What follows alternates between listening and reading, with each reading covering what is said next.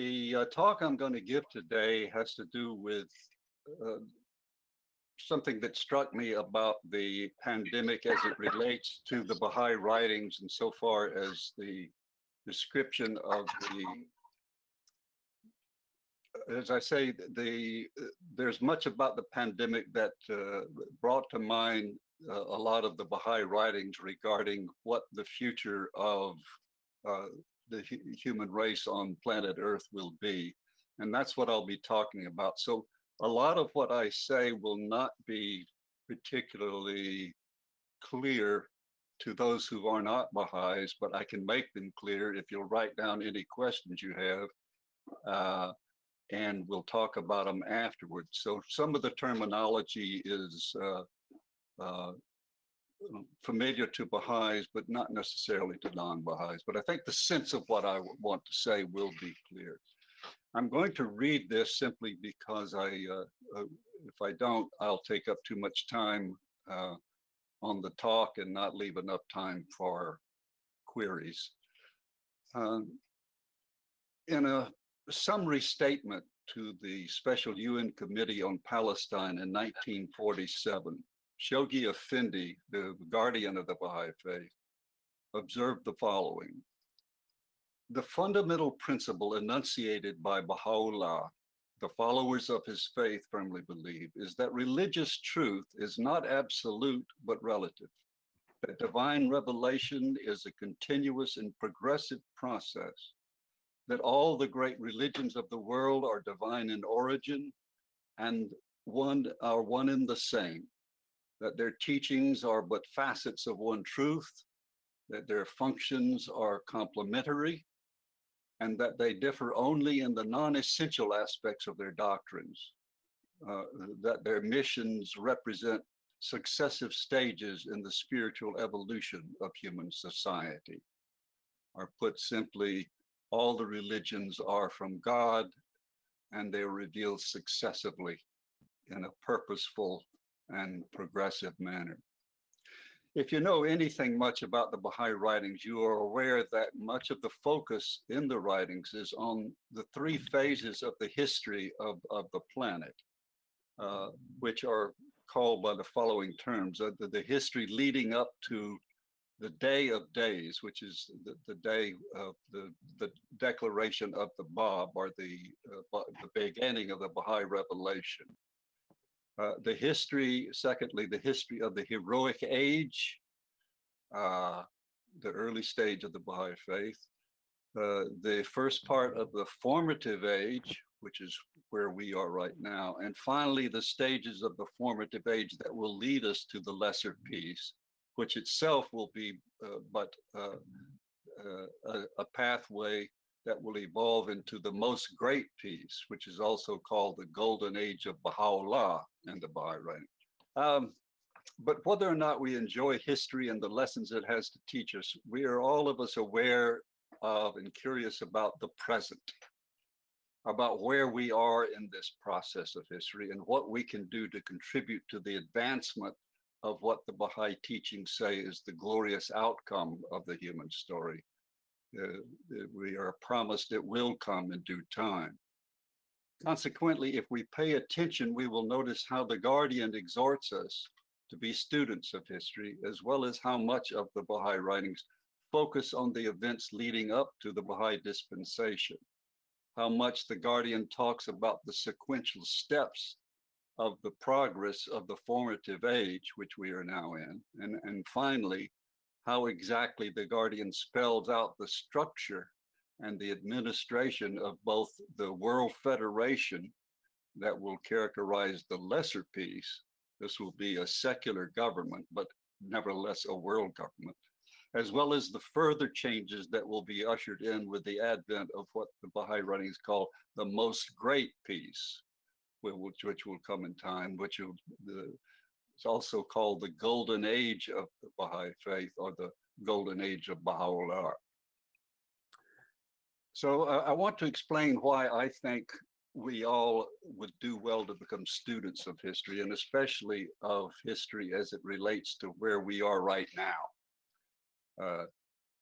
which a lot of the world right now is depressed and uh, uh, taken aback by the pandemic and the economic consequences of that pandemic.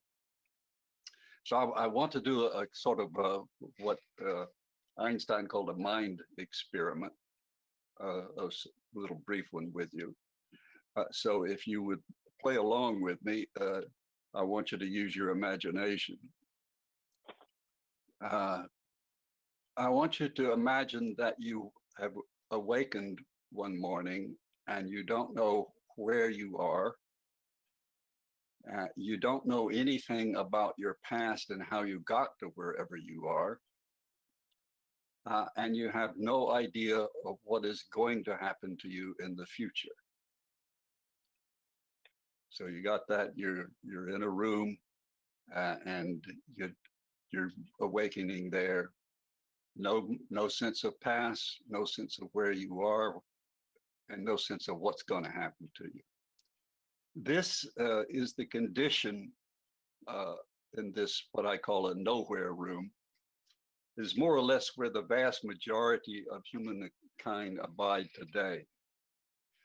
Unless we, as Baha'is or non-Baha'is, are attentive to the guidance we have been given by the Guardian and presently by the Universal House of Justice, we may not be in much better shape. And let me explain what I mean by that.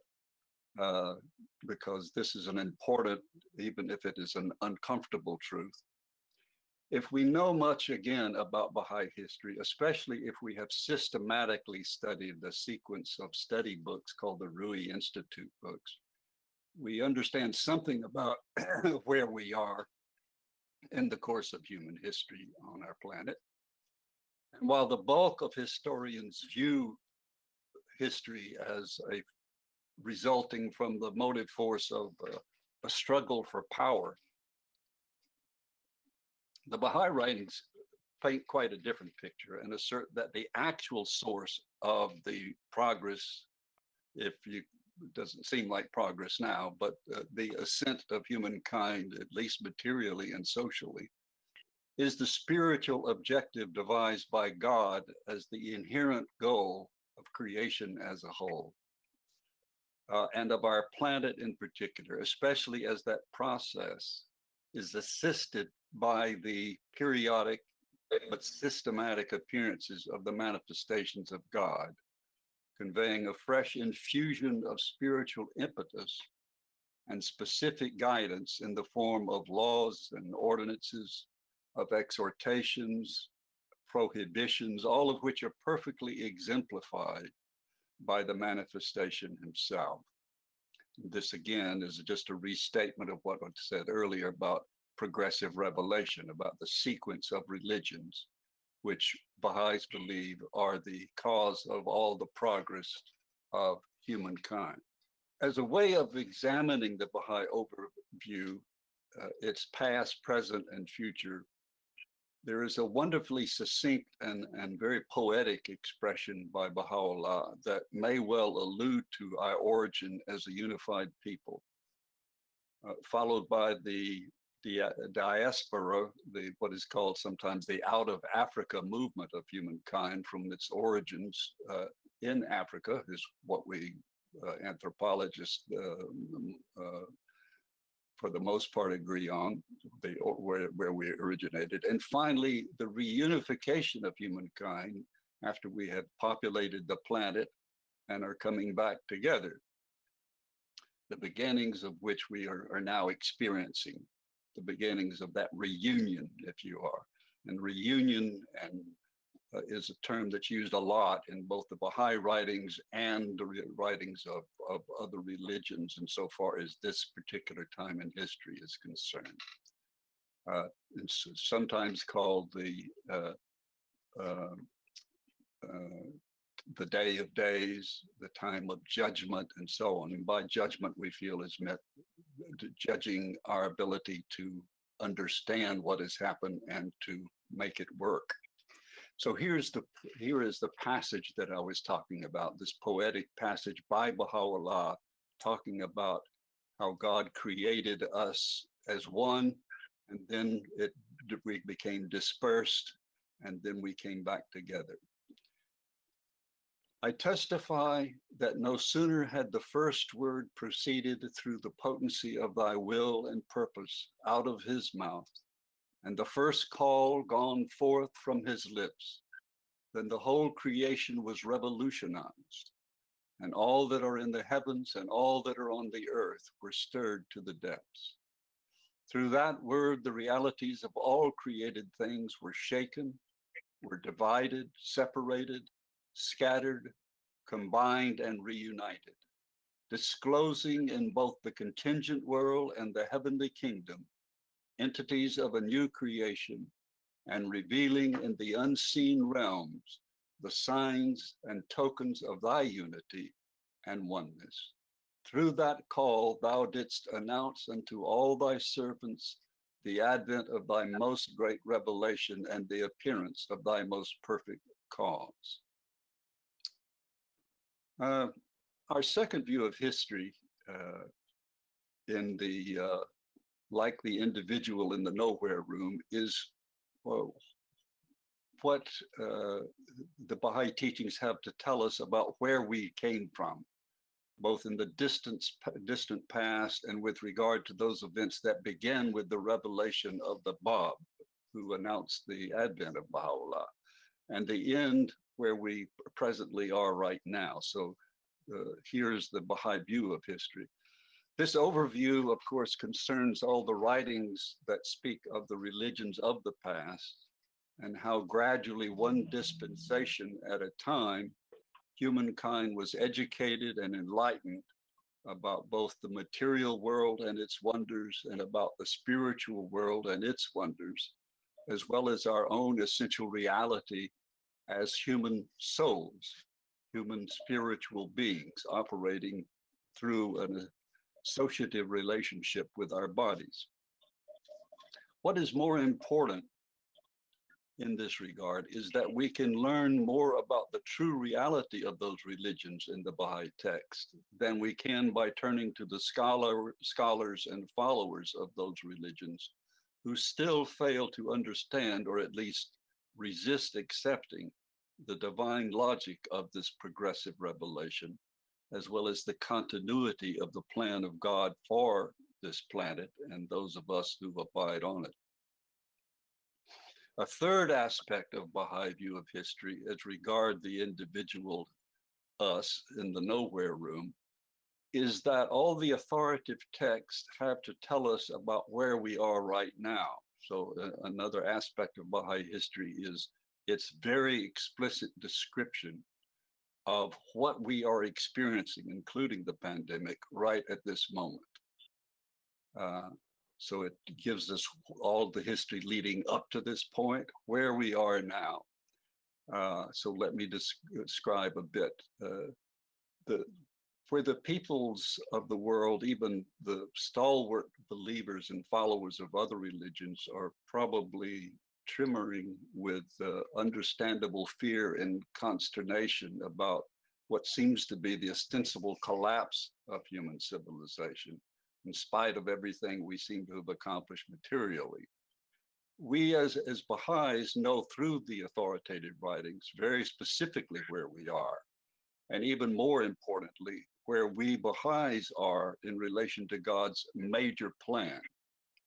And the major plan is God's overall plan for planet Earth, namely that the Earth will become one country, one community, unified and operating very propitiously.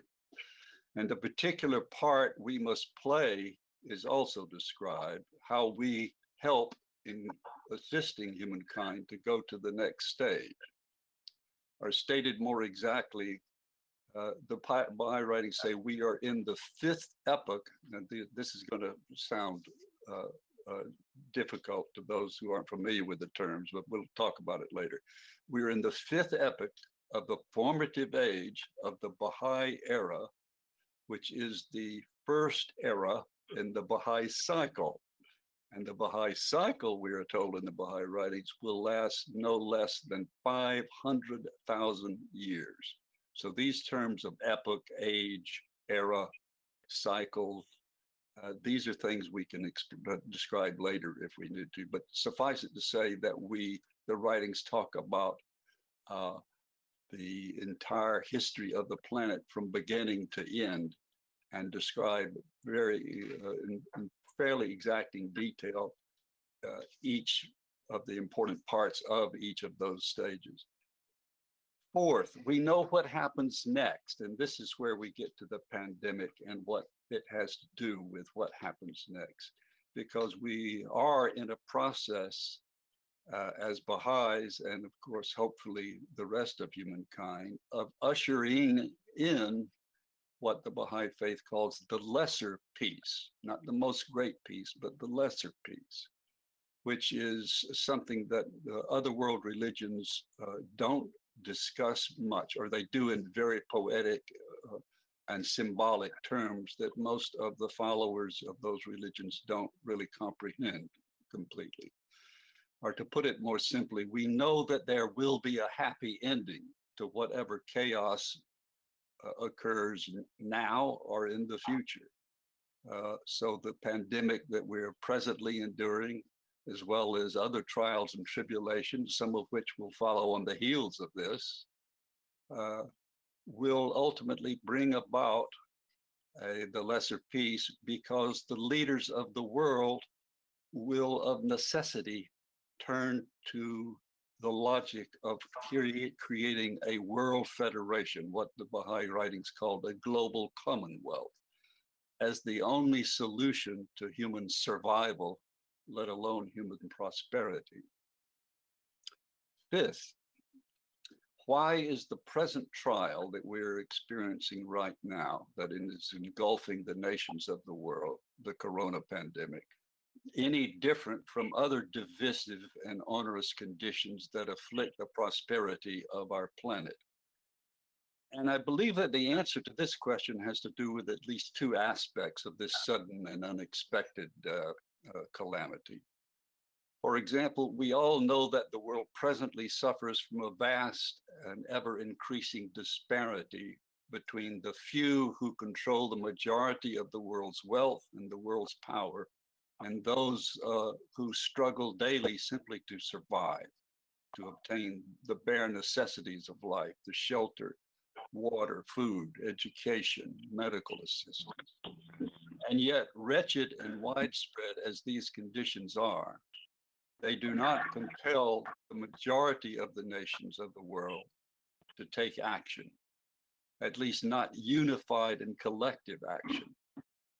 Second, the world engulfing crises, such as the pollution of our natural resources of air, water, food, while also global in nature, are not yet of sufficient magnitude to cause those who are in power and who have the wealth and control of the world to focus their attention on maintaining personal wealth and switch to something else, because the status quo is precisely what they desire. Response to the pandemic, however, is something that has come up that can't be ignored by these few.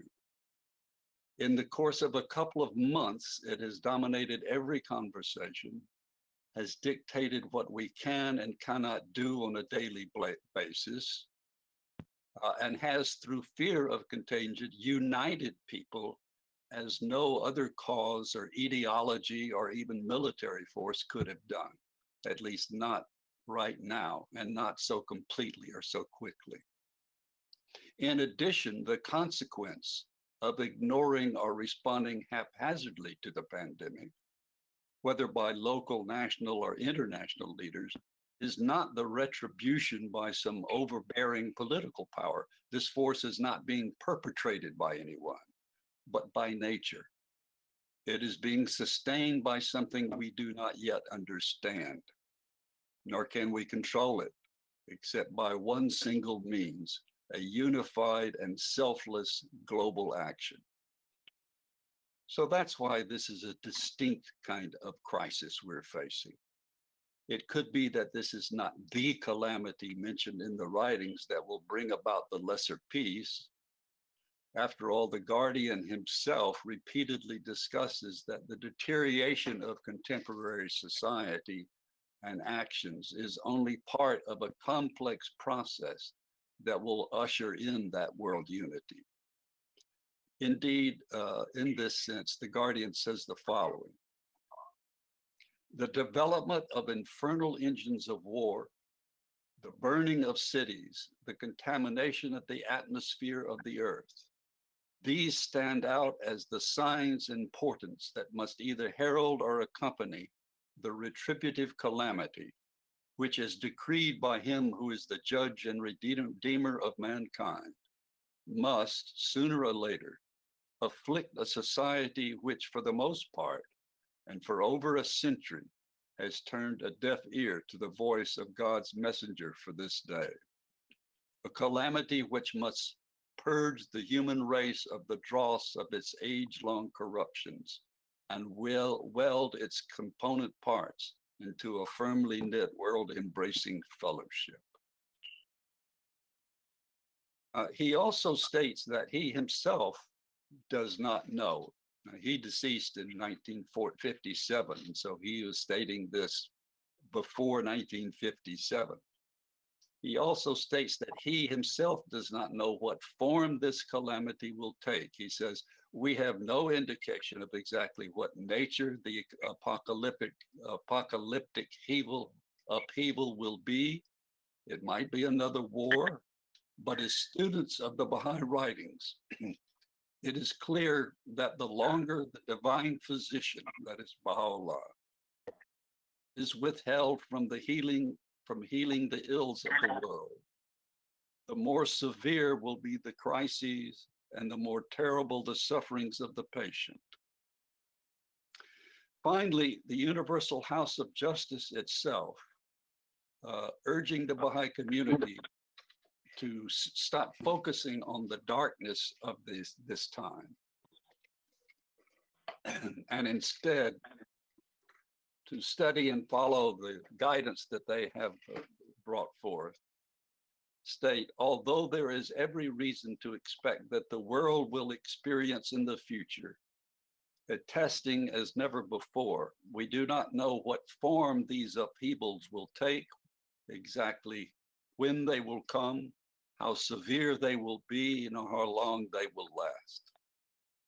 So, while the present pandemic may not be the singular event that ushers in what Baha'u'llah says will ultimately be an unimaginably glorious consequence of these events, we cannot ignore how this worldwide event has caused people who have no reason to be wise in matters of global polity to call for a world government. Former Prime Minister of Britain, Gordon Brown, a few weeks ago, urged the world leaders to create a temporary form of global government to tackle the twin medical and economic crises caused by the COVID-19 pandemic. But he's not alone in calling for a global federation as the necessary and unique solution to world peace and security. Proclaiming that the nations of the world are at a historic turning point, former Soviet Union President Mikhail Gorbachev came to the site of Winston Churchill's Iron Curtain speech to call for the creation of a new global government. He said a restructured and greatly strengthened United Nations, for example, could shape world events and ensure a lasting peace. And this is a quote from him. Humanity is at a major turning point, he said. We live in a watershed era. One epoch has ended and a second is commencing. No one yet knows how concrete it will be. What then is the conclusion that we as Baha'is, and even those who are not Baha'is, must come as a result of viewing these, our place in history, where we came from, what our purpose is, and where we will go? What do we do, and what do we understand? We know what the future will bring. Ultimately, the Baha'i writings assure us we will have first a secular world government, which will ultimately become a spiritual enterprise. And we know the part we must play in helping to usher in that global transformation. As Baha'is, we are told to have faith in science, in reason, and most importantly, in the infallible guidance of the Universal House of Justice. And what does that divine institution say to us in the midst of this pandemic? After exhorting us in no uncertain terms about how we must strive to achieve the goals in this final year of the fourth uh, of 5-year plans that will culminate with the end of what the Baha'i faith calls the first century of the formative age, the Universal House of Justice on the 9th of this month, the 9th of May, sent this letter to the Baha'is of the world and really to the peoples of the world. It is not possible to foresee the extent to which this pandemic will influence the movement towards unity among the nations. But there is no doubt whatsoever that for the endeavors of the Baha'i community, the months ahead will be consequential. Indeed, it could hardly be otherwise. This final year of the final plan in a series spanning the final quarter of the formative age will seal the foundation upon which will rest the next series of global undertakings. It is the concluding act in a captivating drama whose end is yet unwritten. Well, I threw a lot at you, but mostly it was a view of the Baha'i concept of where we are in history, how we got here, what is going to happen, and how we can help bring about the positive results of what will happen, but also affirming that where we are is not comfortable. It is not meant to be comfortable, but we're meant to learn from it. Okay, I will now attempt to answer any questions you might have. Attempt being the operative word. So John, if you would feed to me any questions that you think might benefit the audience as a whole, I'll be happy to respond as best I can.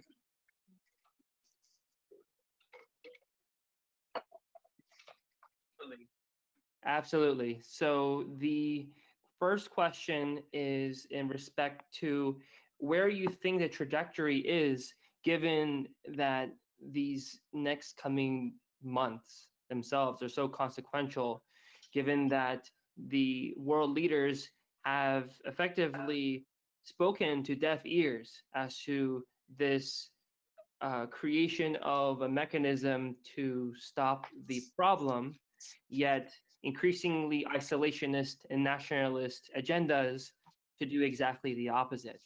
What is, in your opinion, the trajectory that we are going now? Okay, I understand. First of all, when I say the next few months, what the House of Justice is referring to is that, and this again is in a Baha'i context, which a non-Baha'i would not understand. The Baha'is of the world have a very exact administrative order, and the highest institution of that order is the elected members of the House of Justice. And I was quoting when I was talking about the coming months, that was reading from the letter of the House of Justice. And what it's referring to is the coming months in a plan that they devise. In other words, we're always under a plan of, okay, here's what we need to work on here, because the ultimate vision of where we are going, both as Baha'is and non-Baha'i, the world is going, is world unity. Now, what the questioner is getting at is that we seem to have suddenly gone from the celebration of globalism, which was all the rage about 20 years ago up till about 10 years ago, and then suddenly it started reversing, and so that we are going back to nationalism and isolationism and so on. So what that phrase was referring to is what Baha'is must do to continue their goal of building communities around the world to form what I like to call the skeletal framework for the future. And that is to have a structure which is independent of, at the present, governmental structures, because Baha'is are not involved in party politics, nor do we join political parties, but instead try to build spiritual communities, not as devices or vehicles for proselytizing, but to actually build healthy communities around the world, aware of each other. So the faith is the communications for the around the world is the Baha'is have access to what's happening everywhere in the Baha'i world. And so the questioner then asks, what do I, it basically is asking, what do I think will change the very negative things that have happened, not just the pandemic, but that has caused the isolationism and blaming, where instead of all the countries getting together to solve this problem, each seems bent on accusing the other of having started it. Each wants to keep its own equipment. I mean, so you have Brazil, which is denying doing much of anything, but it's in terrible shape. You have, well, I don't need to, you see it on the news every day. You know what's happening. And the same thing is true within the United States, for example, where you'll have each state is in a different condition regarding the pandemic. There's no unity among the states, and there's no unity that the federal government is not attempting to bring about unity, but further dividing and so on. So I'm sorry, I'm babbling, but so what will change?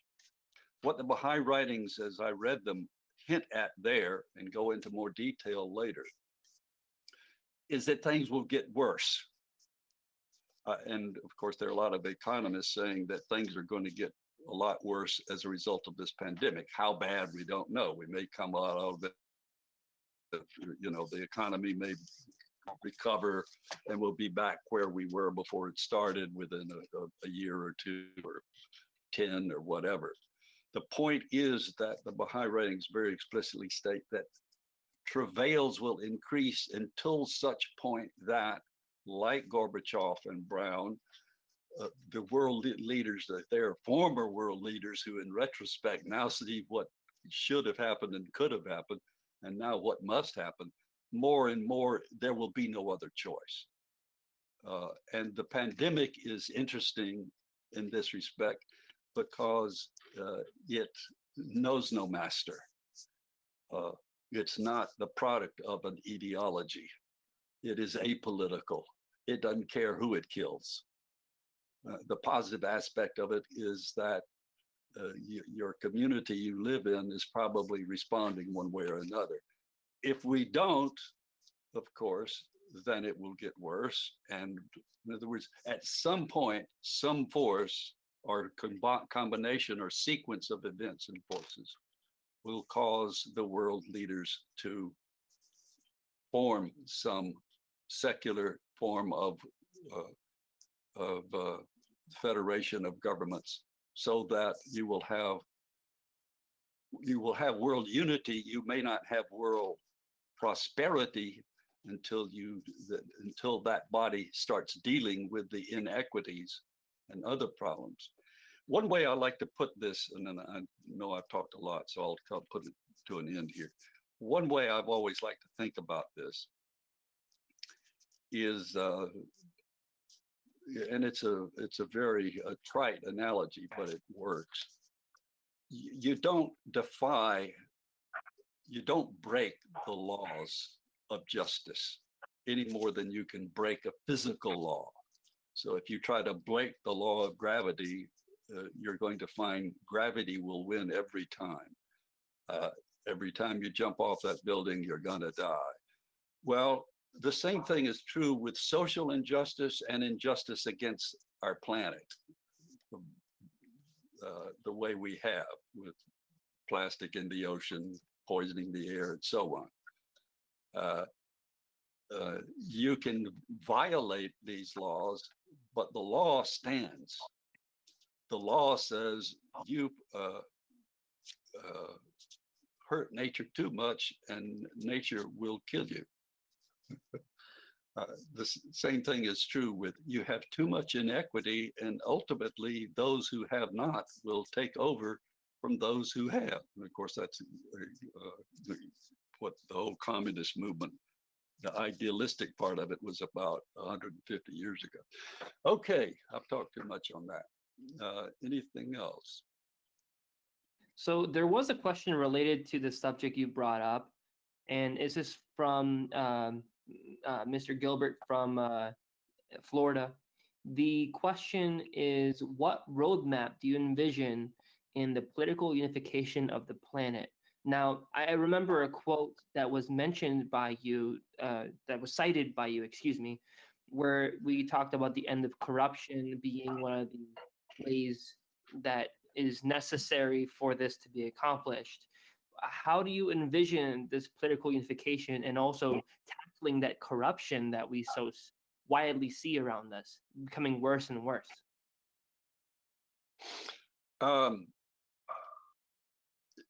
All I have to do is repeat the two quotes that I had from Shoghi Effendi and the other one from the House of Justice, which says, we don't know what form this will take, how long it will last, and so on. And so who am I to outguess what they themselves admitted they don't know? So exactly what path, I don't know, but broadly we do know. And in fact, there is a passage that I could pull up now that talks about where the Guardian talks about the stages through which the lesser peace will go. So I do have a question that follows up on this that Okay. I think you should answer. It's two questions, but I'm going to combine them. The first part was, would secularism be a stepping stone to the unification of mankind? And is the divestiture, the departure from religion, is it a prerequisite to that unification of the planet? Say the second part of that again. Is the divestiture and departure from religion, is that a prerequisite to unification of the planet? Well, that's already occurred, and it's occurring more and more, but I don't know that it can get much worse. I mean, where you have science is seen as anathema by the people of faith, I mean, and so on. So you have this schism between science and religion is now at a point where it's just absurd and laughable if it weren't so horrible. But what was the first part of the question about the secular? Yeah, the first part was about secularism being a stepping stone to the unification. Oh, okay, yeah, it is. It is in this sense. The writings. There's one part in the Baha'i writings that is misunderstood, from my opinion, in the World Order of Baha'u'llah by Shoghi Effendi, where he gets the schema for the government that will most likely be formed as the secular form of a world government. And so the Baha'i writings assure us that the first stage will not be the result of anything the Baha'i faith does. It will come about out of pure necessity. And so, yes, you could say to a certain extent that secularism in its crudest form or negative form that is a society without any sense of religion or faith or belief or spirituality or spiritual virtues as a prerequisite for unity. You will have, in other words, just strategically, it's got to happen. But as I say, you can't segregate spiritual law from physical law. All right, let's put it this way. Spiritual law has the same weight or effect as physical law. So even secular, purist, humanist, secularist will ultimately see the unwisdom of having this great gulf between those who have power and substance and those who don't. They will have no other choice. So in that sense, yes, secularism both will has both caused the problem and will also, it will be a secular, it'll be a logical result of secular thinking that will cause this first unification or stage of unification to take place. Now, of course, the Baha'i writings say there's a lot we as Baha'is can do to help lessen the travail that will be experienced because of this process. And so that's what we are busy at work with now, is trying to create a framework.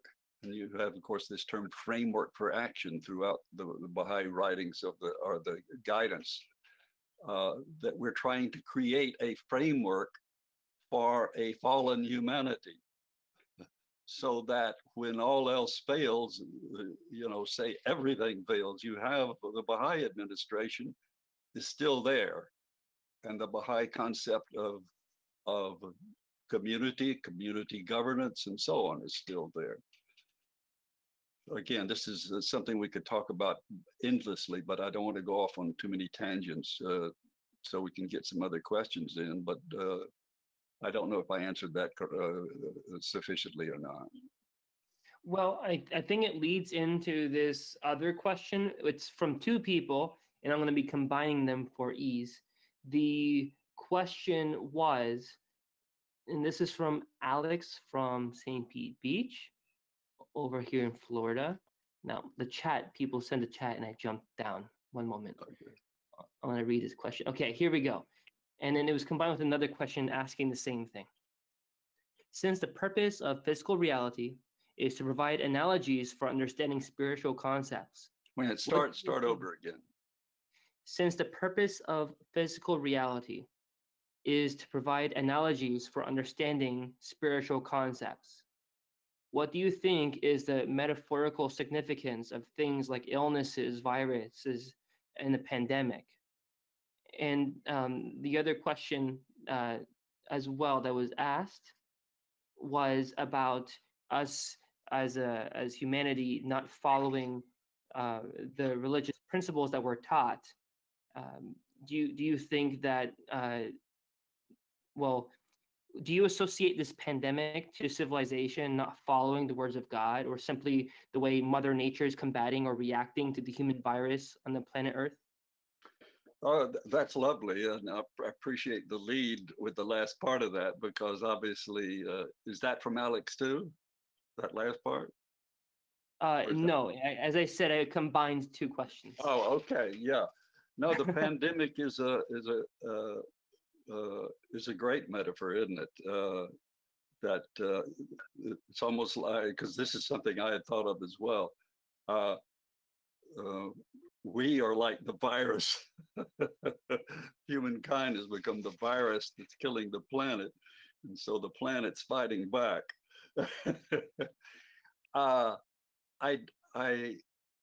The Baha'is in the Baha'i writings stress very much that we believe in science and logic. And in fact, of course, this famous or well-known passage by Abdu'l-Baha, where he says, if religion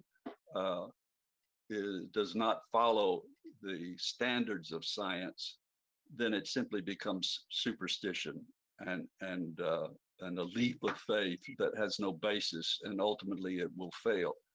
And so we believe very much in science and logic. And so logically, obviously, we don't believe that the pandemic or any other ailment is sent by God for the purpose of retribution or something like that.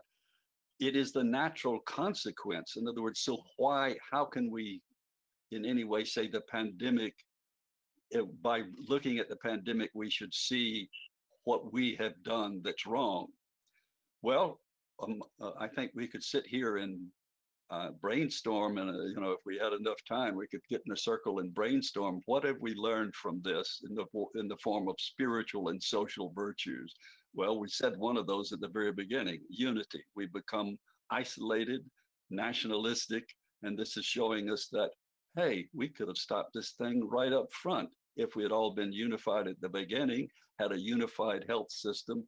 The World Health Organization had the full support and so on. China had not, if it did, try to hide the extent to which this thing was unfolding. And if everyone else had accepted, the World Health Organization stepped in, okay, everybody, here's what's happening and here's what you need to do. It could have been stopped immediately. And of course, that's what happened in a couple of countries. It happened for the most part in New Zealand. South Korea did a pretty good job. So if you could take the model from those, you'd say, okay, it shows us what we could do if we had followed the guidance of Baha'u'llah, who 150 years ago wrote to the kings and rulers of the world and said, you need to form a world government. If you do that now, you will have world peace immediately. If you don't, world peace will still come about because it's the natural sequence of this planet that it will naturally become that. It's sort of like, if you will, an acorn's going to become an oak. You can retard its ability to do that by not giving it enough water or whatever, and its growth can be stunted or so on. But the destiny of the planet is that it will become a world civilization. And again, I could go into this in a lot more detail, but you could almost say that, this phrase, the Goldilocks position of planet Earth in relation to the sun, and we're looking for other Goldilocks planets that might also have produced human life. Once you have a planet capable of bringing about human life, then you have its natural destiny is to become unified. It's the logical outcome, and that logical outcome, we believe as Baha'is, is assisted by the spiritual empowerment of that outcome, by the assistance of God sending teachers to help it along. So it's going to happen. So getting back to the question, what can we learn from this? 1,000 things. I'd say the need for unity is one. The need for the sharing of science. Again, we could rattle off probably 20 or 30 different things we should have learned. How are we responsible for it? We're responsible for it because of, as I say, because we weren't prepared as we should have been. There were, and I don't want to get political, but the previous United States administration, for example, had foreseen this and had done things to prepare for it. That is the possibility or likelihood of a pandemic. Again, I'm babbling, but you get my idea. There's so many ways to. That's a beautiful question, and it's worthy of a class for sure. Thank you, and Alex, I hope you got more than your fill, and you see there may be a independent session based off of this. So thank you for asking. And of course, there's a personal aspect, because his question went beyond collective trials, but personal trials and tribulation. And I think each person has to decide, the personal, why do bad things happen to good people? Well, this is something I wrote about in the book, and a couple of books, but The Purpose of Physical Reality, and a couple of other books. But that's a biggie. How do you justify God's ways to man? And of course, a lot of humorous philosophers like to say, how do you justify man's ways to God? And that's a better question. Okay.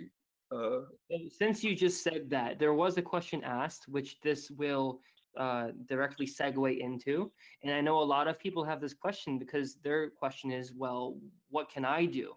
In other words, this question, how do we live out our principles of the faith to promote unity, which are in absolute opposition to corrupt nationalist and even globalist government ideas and agendas?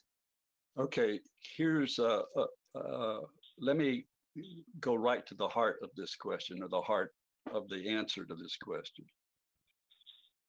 What we have learned, not just as Baha'is, but what humankind is learning right now and will learn more profoundly in the future, is you can't legislate morality. You can't create a healthy, happy society from the top down. It has to go from the bottom up. This is something the Baha'i Administrative Institution realized very long ago. And so instead of trying to create massive populations of Baha'is, we have been given plans that say, okay, create community where you are, wherever you are. And of course, the first thing that was done with the Baha'i faith was it was very purposefully, by the Guardian, spread all over the planet. And he had a map, which those of you who've been on pilgrimage have probably seen, where he would say, okay, we don't have anybody on this island, we got to send somebody here. In the 10-year World Crusade, that's what the whole emphasis was. We're going to elect a House of Justice. To do that, we need to have national assemblies all over the nations of the world.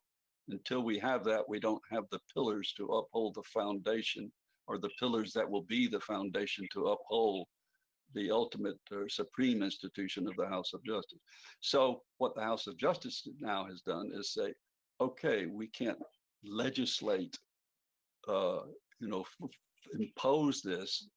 We've got to build it from the ground up. And so that's what Baha'is are presently doing, is they're trying to create spiritual communities where they live. And again, I could spend a couple of hours going over the Institute process and how all of this is being executed, but suffice it to say, there are places in the world where the Baha'i institution of the local assembly is the governing body of that community, villages in remote areas and so on. Okay, the next question is about schools. So what do you recommend in the education of children, of students, of people in secondary school, in undergraduate education, people who are coming into the world today? What do you recommend in educating people to help establish this lesser peace? What would be the elements? And then another question, which I'll combine to maybe make it easier. You're going to make that easier? Well, that's a very broad thing. This is more specific. No kidding. Okay, can we use common ethics as a backdoor to spiritual revelation-based ethics to be more acceptable to the common man without actually mentioning religion? All right, I want you to repeat that question, but before you do, since I went to the trouble to find it for everybody, the passage I was trying to find, the stage of establishment, is in Messages to the Baha'i World, 1950 through 57, page 155, and it says the following. Yeah, and it's talking about the World Crusade, which was from 53 to 63. And he says, the present crusade, on the threshold of which we now stand, will moreover, by virtue of the dynamic forces it will release and its wide repercussions over the entire surface of the globe, contribute effectively to the acceleration of yet another process of tremendous significance, which will carry the steadily evolving faith of Baha'u'llah through its present stages of obscurity, of repression, of emancipation and recognition, stages one or another of which Baha'i national communities in various parts of the world are now find themselves, to the stage of establishment, the stage at which the faith of Baha'u'llah will be recognized by civil authorities as the state religion, similar to that which Christianity entered in the following the death of Emperor Constantine. And that's another place where he says that. Now let me go back to education, because we all need education. And the question was, how do we create an education that will not impose, the sense of it I got, will not impose religion, but will still effectively enable the student to do what was the rest of it? To assist in the establishment of the lesser peace. To be an active participant, to be a protagonist rather than an antagonist. Yeah, I presume this is referring to what can we do at the local level. In educating others, yes. Yeah, like especially because I mean, you know, school. yeah, I presume when you'll have an international government, you'll have an international education oversight body that will try to secure a decent education for everybody. And in fact, curriculum, of course, will probably evolve over centuries so that everyone has access to something decent. What you do at the local level depends exactly or precisely on where you are, where you live, what the conditions are. If you are in a place where there are decent school systems and you can work through the school, participate in the school, so on, that's fine. My wife and I homeschooled our children because we, for a number of reasons, but the main one was that they weren't getting a good education in the public system. And it was more like, forgive, I mean, the education system tries the best it can to do what it can, depending on where you live. But it was a negative experience, even socialization, which we also think education is good for. But when you can't talk unless you raise your hand and you have no free time to assemble together and so on, there's not much socialization going on. So we decided to homeschool our children and then have them socialize by avocations outside school, such as sports, arts, and other places where people can get together, where that's the sole reason for their getting together. Hit me again with some aspect of the question I didn't respond to there. So for those who may run schools in general, just people who are in the education system, what can they introduce to assist in establishing that lesser peace? Depends on whether they're in a public or private school and have the ability to shape their curriculum.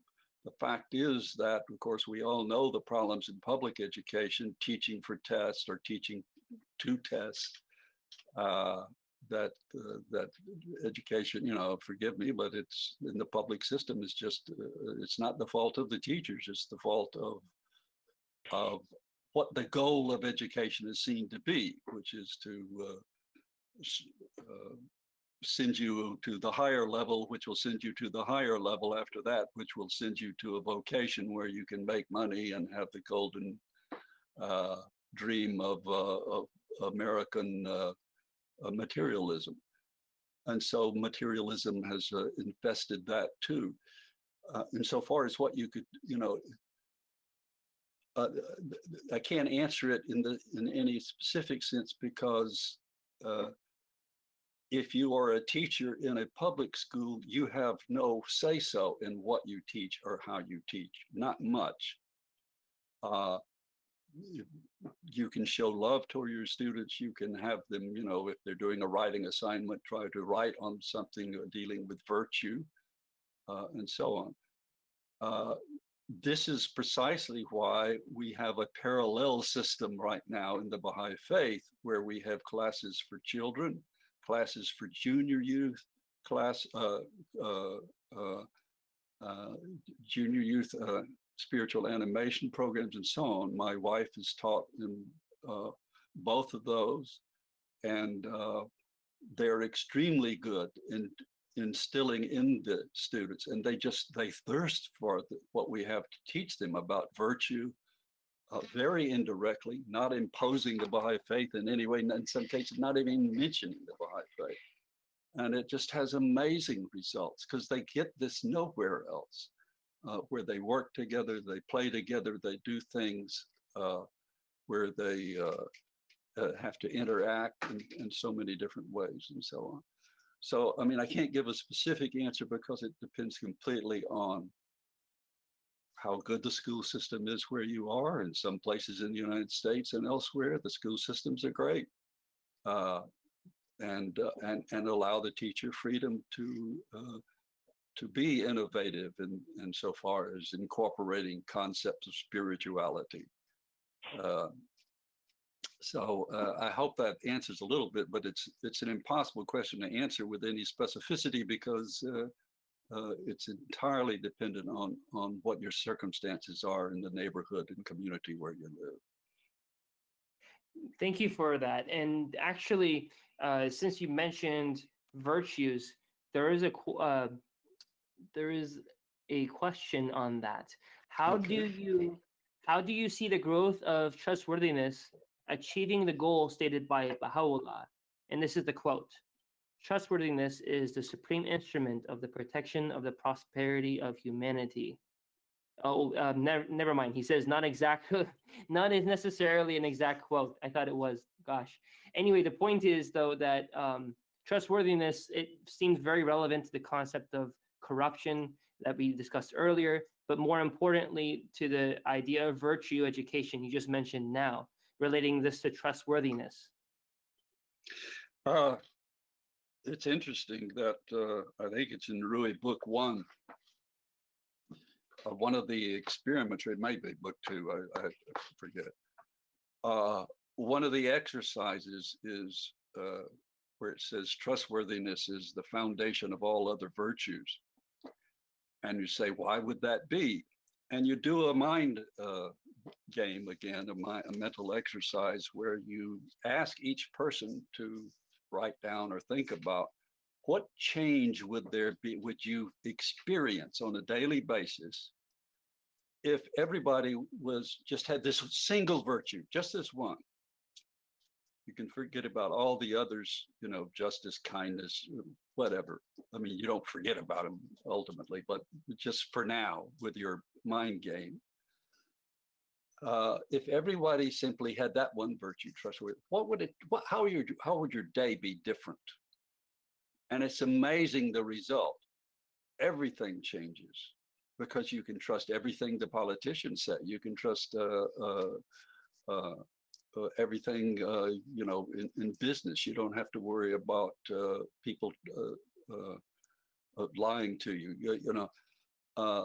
So in that sense is what I think is meant in the writings by trustworthy being the foundation of all other virtues. You can have every other virtue, but if you're not reliable, if you aren't trustworthy, none of the others have much meaning.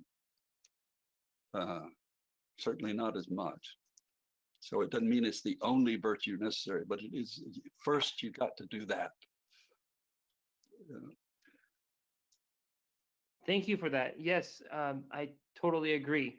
And that being said, talking about trustworthiness and truthfulness and all that, it leads to the subject of Susan from Seminole. And this question is, Seminole, Florida. What do we do when there are scientists and doctors who are split on the planning of how to proceed in this pandemic? And she says, seems like what you read from Shoghi Effendi seems really to imply that this thing is very holistic. She feels that it's not being addressed really in terms of the world. But again, back to her question, what do we do when we see scientists and doctors among themselves they are not in unity. They're not unified at all on what to do. Well, you don't want them to be unified when they're in the stage of testing and examining and learning. And that's where they are. This thing is a novel virus. This thing is unusual. This thing is mysterious. We've never seen anything like it. And so the question, as it was stated, is what do we do? Well, since we have no influence over it, we don't have to do anything except follow the best advice that we trust. So that deal goes back to trustworthiness again. So I mean, what we do personally to guard our own health is to do take the course that would protect you the greatest, I presume. But what if you mean what should our attitude be when we can't even trust the scientists? Well, what you're talking about is not necessarily they aren't trustworthy. They're not. There are not so many of the scientists at war with one another the way the political attitudes about this are. The scientists just have different theories, and they're in a theoretical stage of examination right now.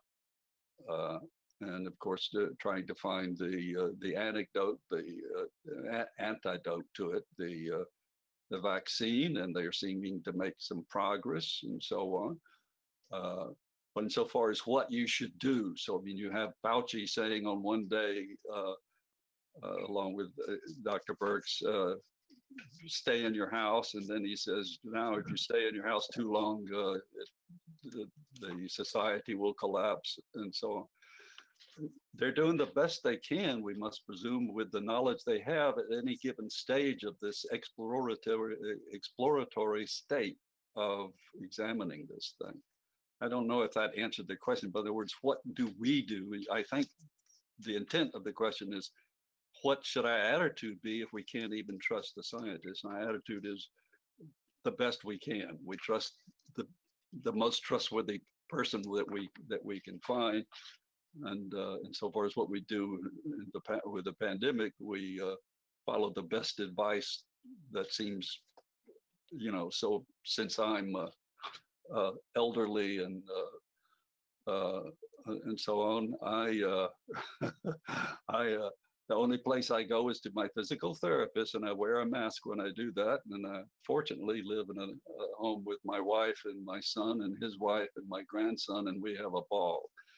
But then not everyone has the luxury of having a place that can accommodate that many people, and where we're all Baha'is and get together and have virtual firesides and so on.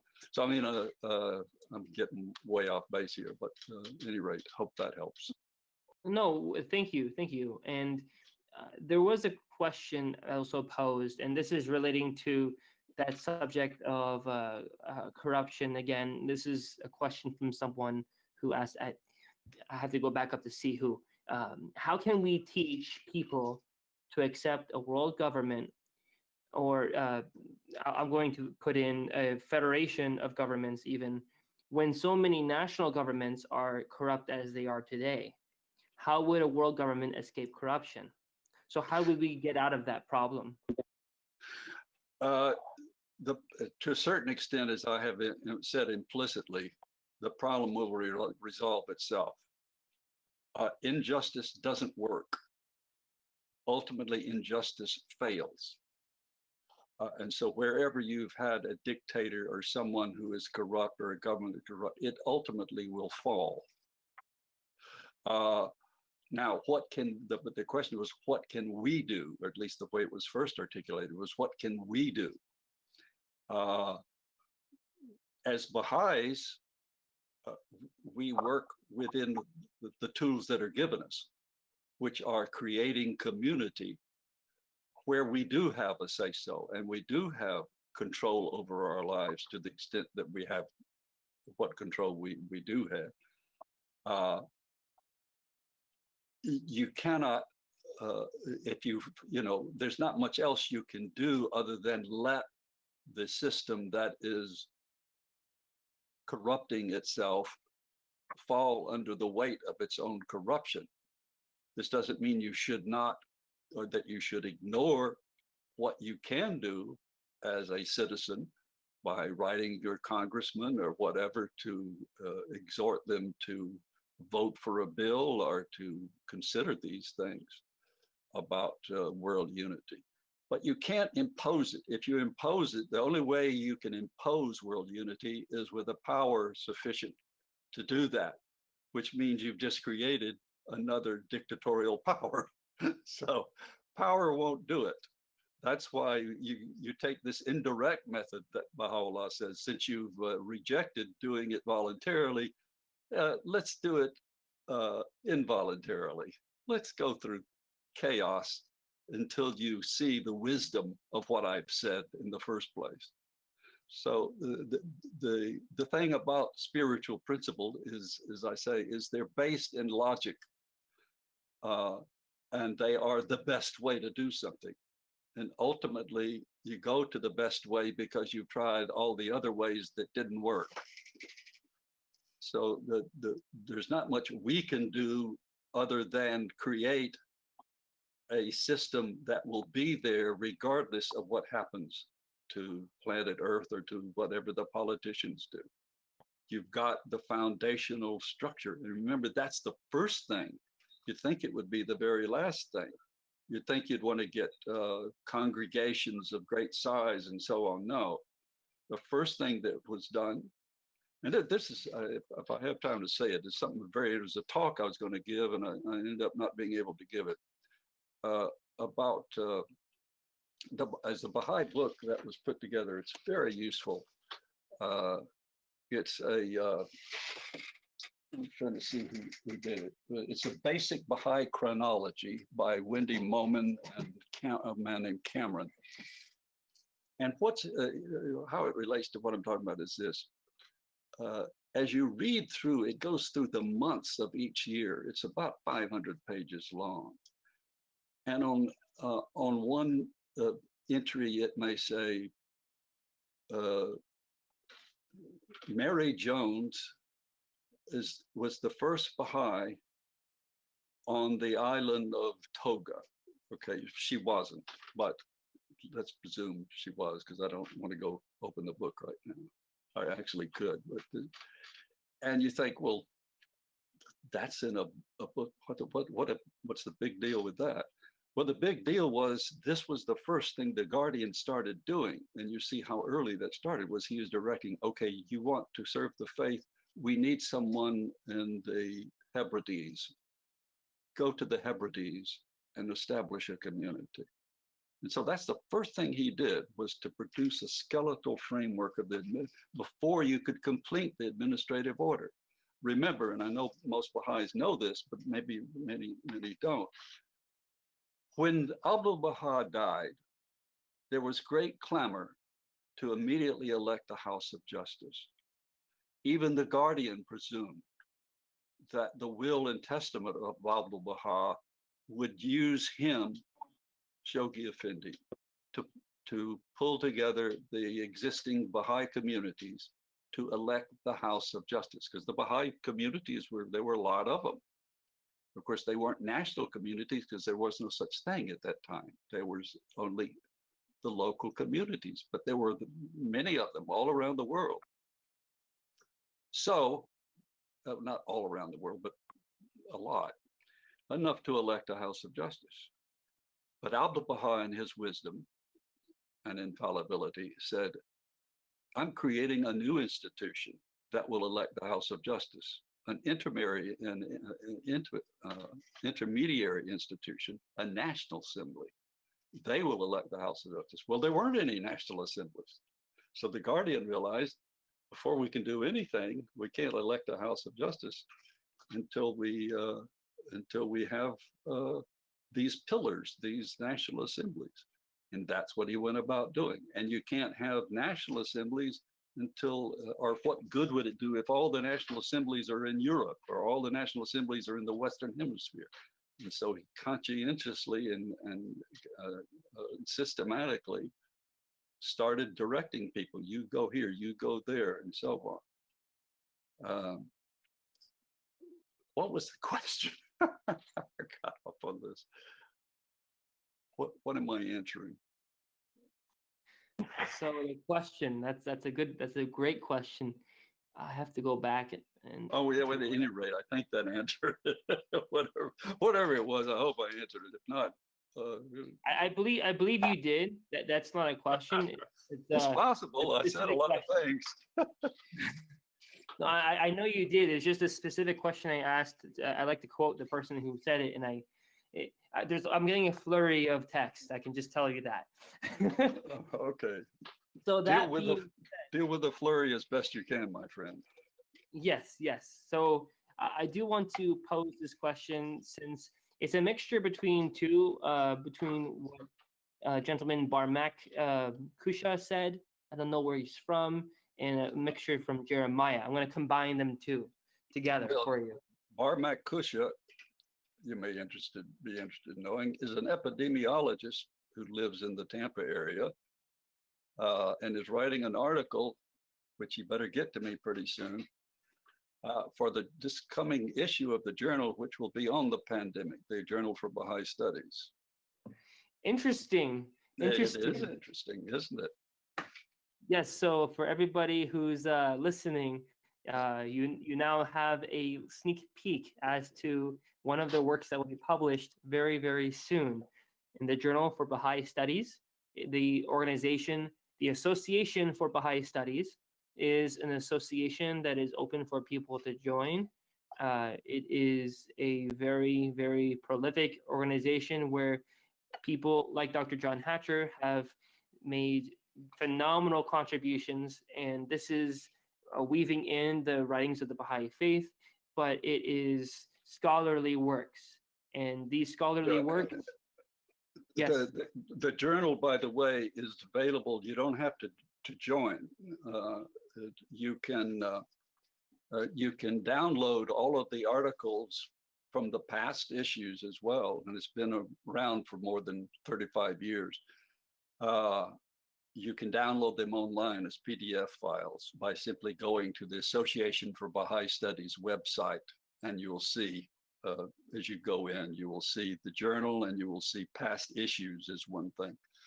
And so when this issue comes out, this will be the spring summer issue, you'll be able to see and the whole issue is dedicated to the pandemic. And in fact, the talk I just gave you will be part of the introduction to that issue. So that will be, when it's done, it will be online and available to download, or you can buy it if you want the hard copy. Now, I'm sorry, go ahead, John. No, that's amazing. Thank you for sharing that. We appreciate it very, very much. Sure. And I know the viewers who are listening to this thereafter will, in retrospect, they'll be able to access this by the time they see this as well. Hopefully. Hopefully. Yeah, if they see it too soon, maybe not retrospect. Anyway, so here's your question, again, from Dr. Barmak. So here we go. The question is about scientists' differing advice and opinions. Oh, not a doctor, epidemiologist. Okay, sorry. Thank you, Barmak. All right. He doesn't want to vaunt himself, but he's very vauntable. Yes, indeed, indeed. So he says, in regarding the question about scientists' differing advice and opinions, but their stress is consensus as to what is being or what is to be done by the public among the vast majority of public health and medical professionals in terms of prevention and of treatment, correct? And then he says, I think what is different this time is that a lot of this back and forth that is normally healthy in science is happening in real time with some sort of media spin and is affected by the tendentious politicians. What do you think of that, Dr. Hatcher? And he also made a amendment. He says, in real time and in public. Yeah, the last part of that is very important, and that is normally all this is going on in JAMA or in or the Lancet, and talking about medical things. JAMA being the Journal of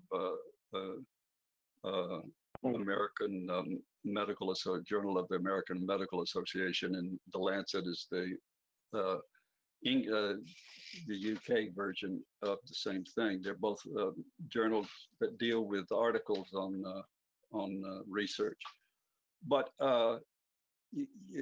usually this is all going on in the background, and you'll have theories and then competing theories. And if you remember this very important quote from the Baha'i Writings, and it is very subtle but extremely important, and it has to do with consultation and everything else. And it's very simple. It says, from the clash of differing opinions, the spark of truth will emerge. That's not the exact quote, but it's essentially that. And it doesn't say the clash of people, the clash of ideas, the spark of truth. And so you want this discourse going on. And as Barmak has said, the guidance from the medical establishment is clear. They've been quashed and toned down for political reasons, but I have no question in my mind about what should be taking place right now, anywhere. And yeah, again, if you want to follow example, just listen to what the Prime Minister of New Zealand says and does, and follow her, because she's become more or less a political saint in the world of politics. She's an amazing woman. What she did with the shooting in Christchurch, the Muslims, how she responded to that, and how she responded to the pandemic, and she is so beloved and so smart and so selfless in a way. But I get off the point. The fact is that, as Barmak says, there's no divergence of opinion so far as what you should do. I mean, you wash your hand, you wear your mask, and so on. The fact that it has become politicized by, and I don't want to get into the particulars of that, because we all know them, because we can't avoid them. And unfortunately, it's a curse that we have to live under, that we hear this constant chatter, so that when you politicize scientific truth, even as was done by the Roman Catholic Church back in the day when real science was just emerging, and you have people like Galileo being quashed, or Copernicus being, and so on. That's the same kind of political thing, where you have special interests trying to shape truth. True science wants to discover the truth about reality, and that's all they're interested in. And the way you do that is you have differing opinions, and different peoples discovering different things, and sometimes they seem to contradict, but ultimately, you go back to the analogy of the 6 men, or however many men are examining, the blind men are examining an elephant, and one says it's skinny like a rope because he has hold of the tail, and one says it's like a heavy blanket because he's got hold of the ear, et cetera, et cetera. So they're examining the same thing, they just don't know that they're examining different aspects of it. So a lot of times differences in science are simply different perspectives of the nature of what they're examining. But with this pandemic, the differences are very minimal insofar as what test should we use? Well, should we use the blood tests, or we use the et cetera? You know what I'm talking about. But at any rate, as Barmak says, there's no, we know what to do wherever you are, and there's been no differing opinions about distancing, washing hands, wearing mask, etc. The interesting thing about the mask wearing, of course, is people are saying, I want to be free. I don't want to be told to wear a mask because I know I won't get this. Well, you wear a mask to prevent others from getting it. This is a selfless act. This isn't, well, at any rate, I don't want to rattle on, but because we hear this discussed every day. So you have a few brave souls. The problem, of course, is when the brave souls who have any political alliance or allegiance are working for a government agent, they're going to be fired or quashed if they come out with a theory that is against or that hints at a political alliance with the powers that be. So there is a question, and this is sourcing a little bit back in time, and time is a very good word to describe this question because of the nature of the question. When you mention something that may have gone over a couple people's heads regarding epoch and like the time periods and so on. Yeah. So can you please explain as to epochs and ages in the Baha'i writings? Yes, I can, but I won't. No. Interestingly, my wife and I were talking about this yesterday because she is teaching a study circle on book, is it 8 or 9? Book 9, which gets into that very thing of why the history is important and what these terms mean. So they're simply dealing with different divisions of time. And so we have the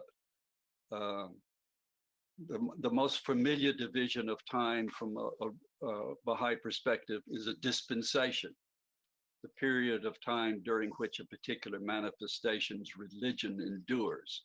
So the Christianity from a Baha'i point of view begins in approximately, well, during the life of Christ. He presumably died around, who knows, 30, 34 AD, or CE as we now call it, Common Era. And it ended with the advent of Islam from a Baha'i point of view. That is effectively a new religion, a new dispensation began. Now, of course, the religion continued to exist and did some good things and did some bad things. So that's a dispensation, is the time of the beginning to the end of a religion. So then the dispensation of Muhammad was from 620, I believe. I think 620, his Hijra from Mecca to Medina, and until the advent of the Bab, the declaration of the Bab, which we celebrated yesterday or day before in the evening, in 1844. And let me hold this book up. This is a book so worthwhile. A basic Baha'i chronology. Who's the author? The author is Cameron and Momin, but Glenn Cameron for the most part. It's put out by George Ronald, and it is so good. And you wouldn't think, because it's a chronology, it's a list of dates and what happened on a particular month in a particular year. For the heck of it, one evening I started reading through it, and you wouldn't think you would want to read through a chronology, but it was so revealing. Because you see, like on this date, Martha Root died, but then you see on that same date or that same month, somebody else who became a hand of the cause was born or something like that. And you see the confluence, you see the continuity, the story, how everything is linked to everything else. I find it a really valuable instrument, but go ahead. No, thank you. That is very, very valuable. So I want to first say the person who asked the question, Sapide from St. Petersburg, says thank you for answering that question. The other point is that we are out of time. So everybody, this is Dr. John Hatcher, and he has, over the course of an hour and a half, answered amazing questions. We thank you so much, Dr. Hatcher. My And pleasure. My with that pleasure. being said, this is May 24th, 2020. Thank you, everybody. Good day.